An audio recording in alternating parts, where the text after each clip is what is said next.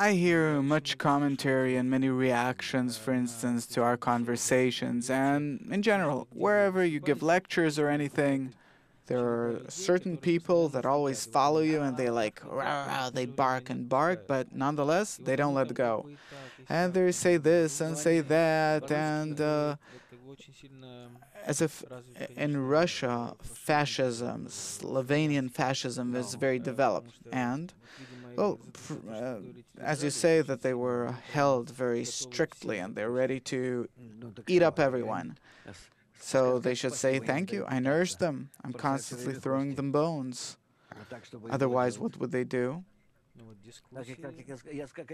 I'll say something someplace, it's like a bone for them. Immediately, they jump on it and nibble it. So that's good. Only I don't see any gratitude coming from them.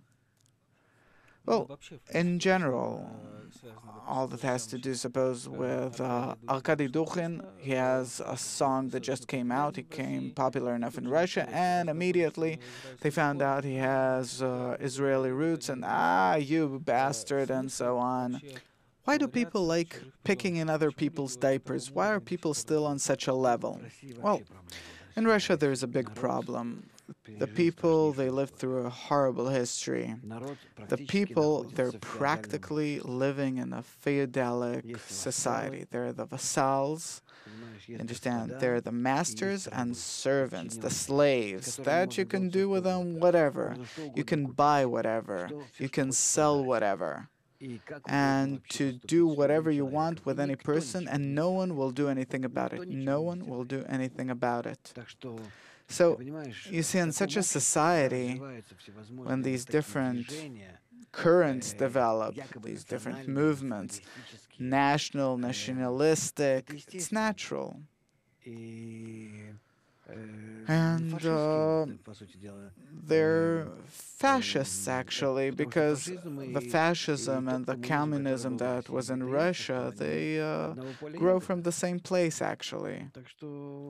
So I understand them very well. And besides, there's also the ordinary Slovenian nationalism that's similar to the French one, where there's this pride, we and we and we. Why we?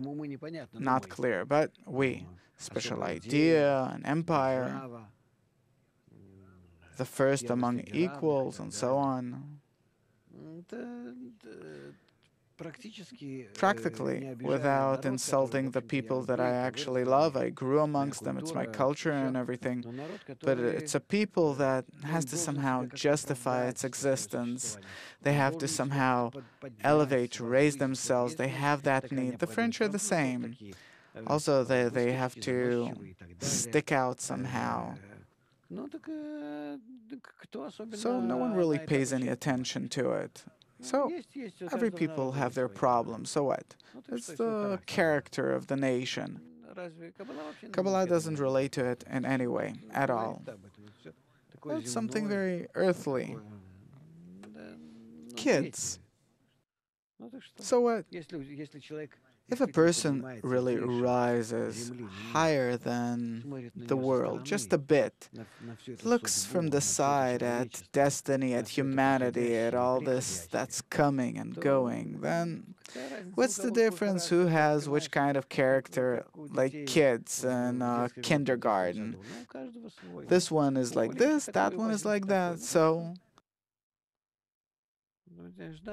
you have to look at it very simply. So that's how they portray things. They play it out. And their mothers, they understand their characters and lead them.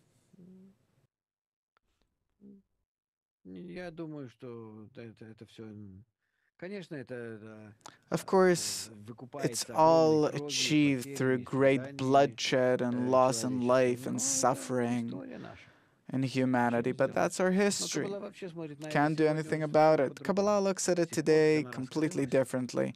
Since it was revealed, unfolded, since the whole global process has begun, the revelation of globality, there's nothing to think about. Everything is headed in an entirely different direction now. We're as if still watching old movies. What you're looking at in Russia today, you see a picture from 30, 40, or 50 years ago. All these scrutinies, who's going to be rich, who's going to be poor, who lives with whom, who divorces whom. Different politics in the regime, will they accept this law, won't they, as if something depends on it. Nothing depends on it.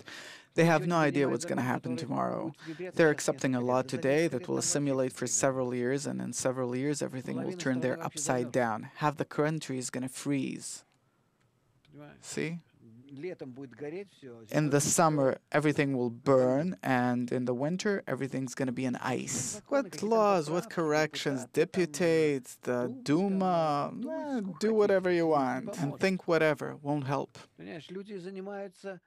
People, they're engaged in such things that in the current time, it's simply they relate inadequately to things that are actually going on. As you say, they're watching an old movie, but how, on the other hand, not only in Russia, by the way, what do you think that in London, in New York, and in Paris it's any different? Or in Berlin someplace? No. It's the same everywhere, only in Russia it's even worse, because if there's capitalism, in Russia there's feudalism. So the structure is less flexible and it's much harder for everyone.